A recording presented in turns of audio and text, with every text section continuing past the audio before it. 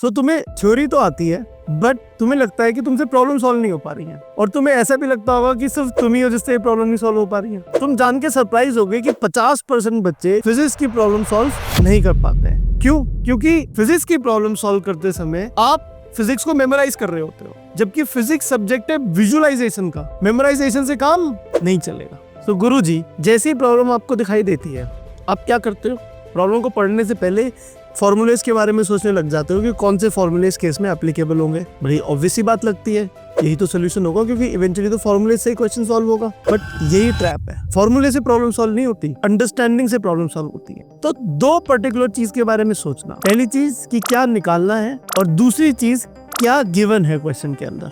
बहुत सिंपल बात लग रही होगी ना ये? गुरुजी, ये सिंपल बात ही तो लोग मिस कर जाते हैं and they get lost midway in the question। एक सिंपल सा एग्जांपल लेता हूँ। एक फ्रिक्शनलेस इंक्लाइंड प्लेन है और एक ब्लॉक नीचे आ रहा है उस इंक्लाइंड प्लेन पे, और आपसे पूछा है बॉटम मोस्ट पॉइंट पे कितनी वेलोसिटी हो। अब आपका दिमाग में क्या चल रहा है? कोई फॉर्मूला मिल जाए, कोई फॉर्मूला मिल जाए, हाइट और वेलोसिटी का फॉर्मूला मिल जाए, मिलेगा थोड़ी ना। अब ये सोच लेते हैं कि गिवन क्या है, मास और हाइट, निकालना क्या है, velocity at the bottom most point. तो सिंपल सा रिजल्ट यूज करते हैं कंजर्वेशन ऑफ एनर्जी का, कि loss in potential energy is equal to gain in kinetic energy. हो गया क्वेश्चन सॉल्व। बट तुम फॉर्मूला ढूंढने में इतने बिजी हो जाते हो कि क्वेश्चन की अंडरस्टैंडिंग बिल्ड ही नहीं कर पाते।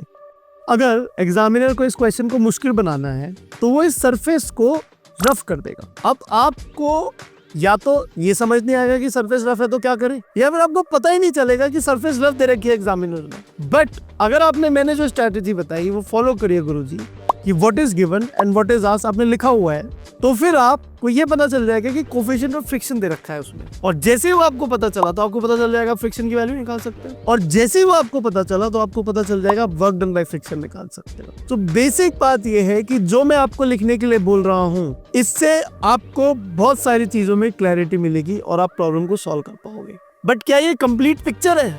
Generally what is given and what is asked के बीच में कोई रिलेशन डायरेक्टली एग्जिस्ट ही नहीं करता होगा। जैसे अगर कोई क्वेश्चन देखते हैं हम लोग, उसमें हमारे को इलेक्ट्रिक फील्ड दे रखा है और डिस्प्लेसमेंट पूछा है। अब आप इनके बीच का रिजल्ट पूछ रहे हो तो वो आपके पास कोई फॉर्मूला तो है नहीं। बट अगर डिस्प्लेसमेंट निकालना है तो आपको वेलोसिटी और एक्सेलरेशन चाहिए। वेलोसिटी और एक्सेलरेशन के लिए आपके पास फोर्स चाहिए। आपको फोर्स निकालने के लिए इलेक्ट्रिक फील्ड दे रखा है। हो गया रास्ता क्लियर, हो गया विजुअलाइजेशन सॉल्व। तो इन बातों को अगर लिख के सॉल्व करोगे पेपर के अंदर तो ऑटोमेटिकली प्रॉब्लम सॉल्व होनी स्टार्ट हो जाएंगी। ना अब तुम्हें लग रहा होगा कि इसमें तो बहुत लिखना पड़ेगा। Yes, you are right actually, but writing is what will train your brain to visualise the topic. जो बच्चे लिखते नहीं है ना वो विजुअलाइज भी नहीं कर पाते। तो स्टार्टिंग में ज्यादा लिखना पड़ेगा, बट धीरे धीरे उस सेम चीज को विजुअलाइज करने के लिए जो आपको लिखना पड़ेगा वो कम हो जाएगा। तो आज ही स्टार्ट करो ताकि एग्जाम से पहले तक आपकी विजुअलाइजेशन स्किल डेवलप हो जाए। सो बेसिकली हम सीख रहे हैं कि कैसे प्रॉब्लम को छोटी छोटी प्रॉब्लम्स में डिवाइड करना है, क्योंकि छोटी प्रॉब्लम्स को हम सॉल्व करना जानते हैं। जब प्रॉब्लम बड़ी हो जाती है तब हम फंस जाते हैं। सो अगर अभी भी स्टक महसूस कर रहे हो तो एक एरर बुक मेंटेन करनी है, और उस एरर बुक में ये नहीं लिखना कि इस क्वेश्चन का सही आंसर क्या था, उसमें ये लिखना है कि तुम फंसे कहाँ पे थे। सो जैसे कि फ्रिक्शन वाले क्वेश्चन में अगर आपने फ्रिक्शन कंसीडर नहीं किया तो आपको ये लिखना है कि सरफेस रफ दे रखी थी फिर भी मैंने फ्रिक्शन कंसीडर नहीं किया। अगर आपने ये लिख दिया तो अगली बार जब आप इस प्रॉब्लम को सॉल्व करो तो ऑटोमेटिकली ये बात रिकॉल हो जाएगी।